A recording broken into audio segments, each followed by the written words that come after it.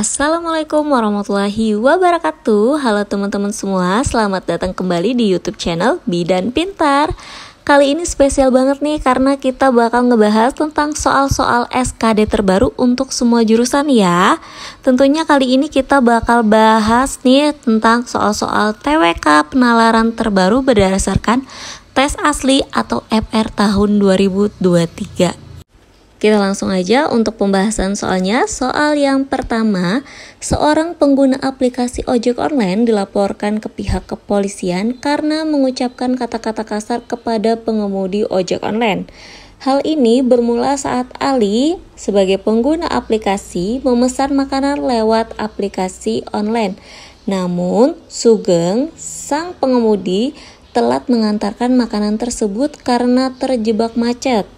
Sugeng telah meminta maaf, namun Ali tetap marah dan memberikan umpatan rasis yang menyinggung perasaan Sugeng. Apa yang telah dilakukan oleh Ali sangatlah bertentangan terhadap Pancasila, khususnya sila ke A1, B2, C3, D4, atau E5. Menurut teman-teman semua, sebelum kita bahas, jawabannya yang mana? Ya, jadi bisa kita lihat di soal bahwa poinnya itu si pengguna aplikasi itu dia melontarkan atau mengucapkan kata-kata kasar kepada si pengemudi ojek online ya. Terus dia juga telah memberikan umpatan rasis yang menyinggung perasaan. Nah, jadi rasisme ini adalah paham diskriminasi suku, agama, ras, adat, golongan ataupun ciri-ciri fisik umum untuk tujuan tertentu ya. Jadi rasisme ini bertentangan dengan Pancasila sila kedua. Jadi jawabannya yang B ya. Jadi untuk soal seperti ini kita lihat nih di mana poinnya ya. Poinnya dia mengucapkan kata-kata kasar dan memberikan umpatan rasis yang menyinggung perasaan. Sedangkan pada sila kedua itu dalam butirnya dijelaskan bahwa sesama manusia harus saling mencintai, artinya saling menghargai juga ya. Ada juga yang poin menghargai harkat dan martabat sesama manusia. Jadi intinya untuk soal nomor 1 ini dia telah melanggar nilai pada sila kedua. Kita lanjut di soal nomor 2. Dalam sebuah negara terdapat berbagai aspek kehidupan seperti ekonomi, sosial, politik, hukum, budaya, dan lain-lain. Di setiap aspek tersebut, setiap warga negara berhak dan wajib melakukan tindakan bela negara. Salah satu bentuk tindakan bela negara dalam aspek politik adalah A. Menolak dan melaporkan informasi palsu yang dapat mengganggu stabilitas nasional. B. Menggalang dukungan masyarakat untuk kampanye politik dengan transparan dan integritas. C. Mengembangkan strategi keamanan nasional yang melibatkan partisipasi masyarakat. D. Mengedukasi masyarakat tentang pentingnya memilih pemilih yang memiliki rekam jejak bersih dari korupsi, kolusi, dan nepotisme atau KKN. Yang E. Mengadvokasi kebijakan yang sejalan dengan prinsip-prinsip demokrasi dan keadilan sosial. Ya, boleh dibaca-baca lagi menurut teman-teman jawabannya yang mana nih? Ya, pilih yang paling benar menurut teman-teman. Ya. Soalnya kadang jawabannya mengecoh ya, jadi harus kita cermati dulu yang mana yang jawaban paling benar. Langsung aja kita jawab bahwa di soal dijelaskan bahwa yang ditanya adalah tindakan bela negara dalam aspek politik, berarti melindungi negara dalam aspek politiknya ya. Jadi untuk bela negara sendiri itu ada 2, ada fisik dan non-fisik. Kita bisa lihat lagi dari pilihan jawaban bahwa yang A, menolak dan melaporkan informasi palsu yang dapat mengganggu stabilitas nasional, ini belum terlihat ya politiknya. Terus yang B, menggalang dukungan masyarakat untuk kampanye politik dengan transparan dan integritas. Ini memang ada kata politiknya, tetapi belum fokus ya untuk ke bela negaranya. Menggalang dukungan masyarakat untuk kampanye politik dan dengan transparan dan integritas. Ini apa sih penjelasannya kurang jelas dan kurang konkret ya seperti apanya. Jadi belum tepat. Untuk yang C, mengembangkan strategi keamanan nasional yang melibatkan partisipasi masyarakat, juga belum terlihat politiknya. Yang D, mengedukasi masyarakat tentang pentingnya memilih pemimpin yang memiliki rekam jejak bersih dari korupsi, kolusi, dan nepotisme atau KKN. Nah, jadi untuk jawaban yang ini kita bisa nih mengedukasi masyarakat atau memberikan informasi penting agar kedepannya bisa memilih calon pemimpin yang bebas KKN. Ini merupakan aspek bela negara dalam bentuk aspek politik ya.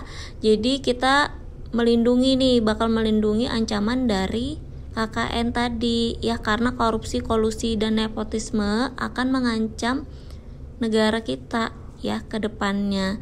Jadi kita bisa mengedukasi masyarakat. Pilihannya yang D ya, yang tepat. Lanjut lagi untuk nomor 3.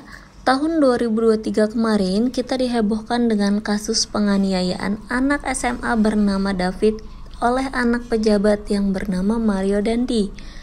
Mario berasal dari keluarga yang kaya dan berpengaruh. Orang tua Mario adalah pejabat Ditjen Pajak Kemenku.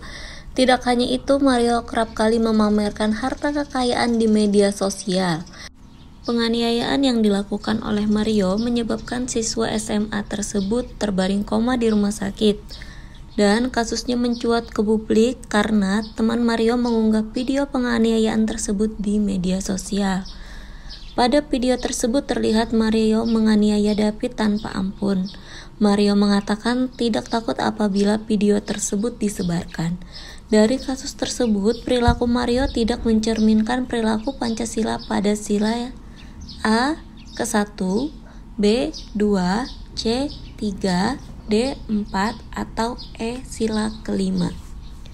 Menurut teman-teman yang mana nih?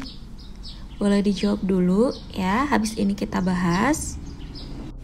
Jadi kita lihat di soal bahwa yang ditanyakan itu perilaku Mario tidak mencerminkan perilaku Pancasila pada sila yang keberapa nih ya.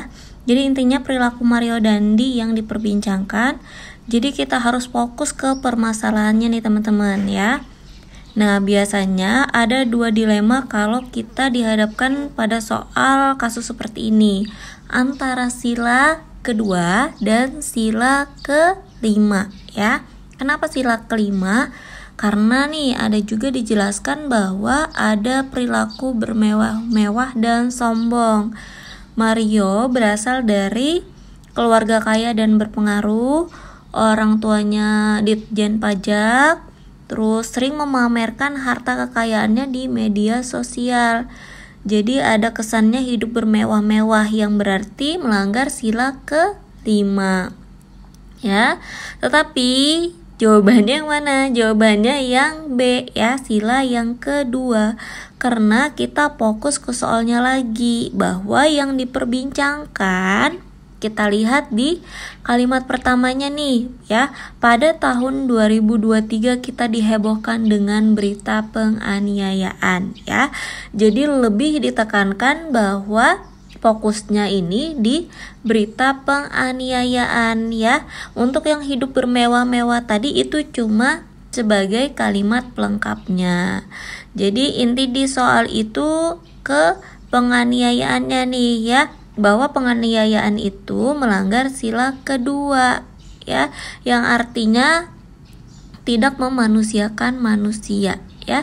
Di poin tidak memanusiakan manusia, dia melanggar sila kedua untuk kasus penganiayaan ya, yang kasusnya melakukan tindakan kekerasan secara fisik. Jadi itu melanggar sila yang kedua ya. Jadi jangan sampai terkecoh nih sama soalnya. Jadi untuk nomor 3 jawabannya yang B ya, sila kedua. Lanjut lagi di nomor 4. Nasionalisme seringkali mempersatukan berbagai kelompok masyarakat, namun kadang juga bisa memicu konflik. Pernyataan berikut ini yang tidak menggambarkan bentuk nasionalisme yang memperburuk situasi sosial adalah: A. Ekspresi ketakutan dan permusuhan terhadap individu dari latar belakang budaya dan etnis yang berbeda. B. Pemanfaatan nasionalisme yang berlebihan sebagai justifikasi untuk mendiskriminasi kelompok minoritas. Yang C, praktik nasionalisme yang inklusif yang cenderung mengurangi kemungkinan perpecahan. D, keyakinan bahwa negara atau kelompok tertentu lebih unggul yang seringkali muncul dari nasionalisme yang berlebihan. Atau E, sikap nasionalisme yang eksklusif yang berpotensi menghalangi pengakuan atas hak-hak dasar semua warga negara, terutama hak-hak kelompok minoritas. Ya, boleh dijawab dulu buat teman-teman sambil dibaca-baca yang mana nih kemungkinan jawaban yang paling benar ya. Kita lihat lagi di soal bahwa yang ditanyakan nih pertanyaan berikut ini yang tidak menggambarkan bentuk nasionalisme yang memperburuk situasi sosial adalah pernyataan berikut yang tidak memperburuk situasi sosial. Berarti kan sesuatu yang memperbaiki atau memperbagus. Berarti kita cari pernyataan yang baik ya. Untuk yang A, ekspresi ketakutan dan permusuhan. Nah, kalau ekspresi ketakutan dan permusuhan ini berarti sesuatu yang buruk ya. Berarti bukan yang A ya. Lanjut lagi yang B, pemanfaatan nasionalisme yang berlebihan sebagai justifikasi untuk mendiskriminasi kelompok minoritas. Yang ini juga bukan ya, ini arahnya juga memperburuk. Untuk yang C, praktik nasionalisme yang inklusif yang cenderung mengurangi kemungkinan perpecahan. Inklusif berarti menyeluruh, mencakup semua ya. Nah, artinya dia menyeluruh nih untuk mengurangi perpecahan. Berarti ini pernyataan yang baik ya. Berarti jawabannya yang C ya.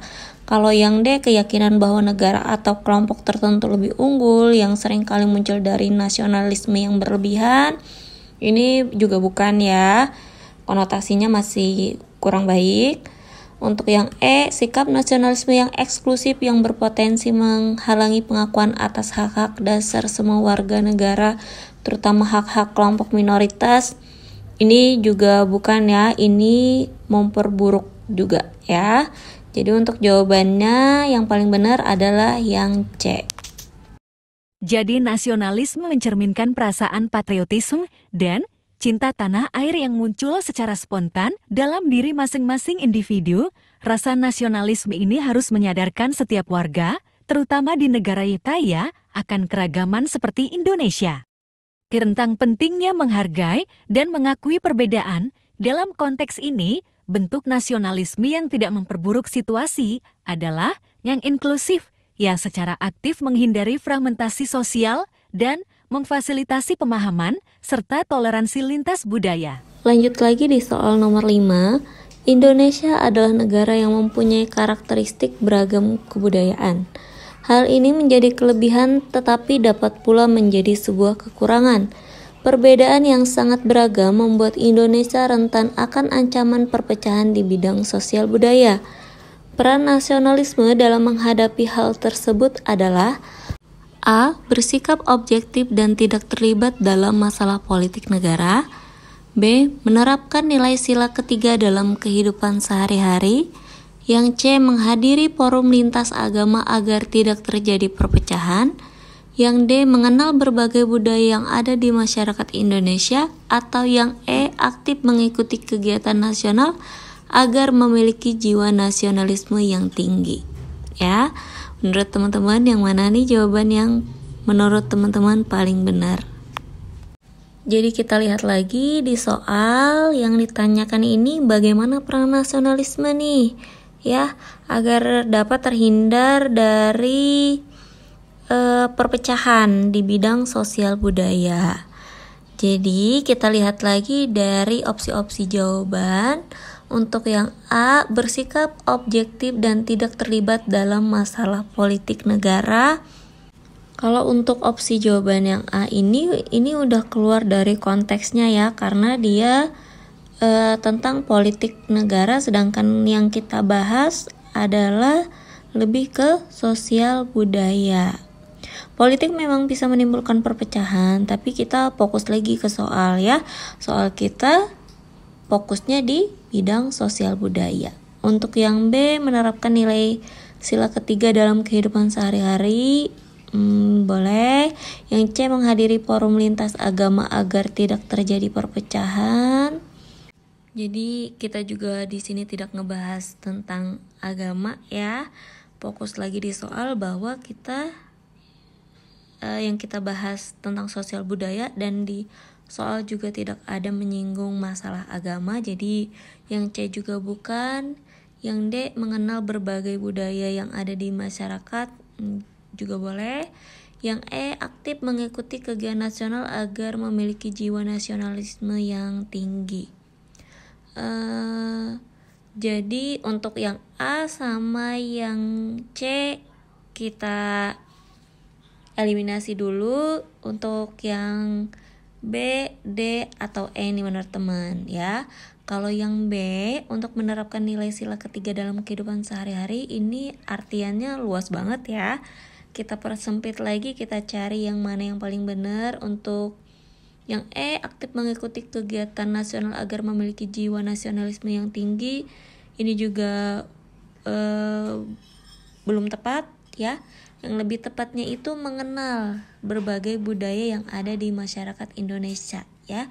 Jawabannya yang D. Kenapa yang D? Kalau kita mengenal ya, artinya kita mengerti, memahami berbagai budaya yang ada di Indonesia ya. Jadi itu untuk menghindari ancaman perpecahan ke depannya. Dan karena di soal fokusnya ke sosial budaya, jadi memang lebih tepat untuk jawabannya yang D ya. Mengenal berbagai budaya yang ada di masyarakat Indonesia agar terhindar dari perpecahan di bidang sosial budayanya. Terima kasih banyak ya buat teman-teman yang sudah nonton. Jangan lupa like, share, dan subscribe ya teman-teman, biar gak ketinggalan video-video selanjutnya. Dan jangan lupa nih buat teman-teman yang mau ikut tes, persiapkan diri dengan maksimal. Boleh gabung juga di bimbel online ya.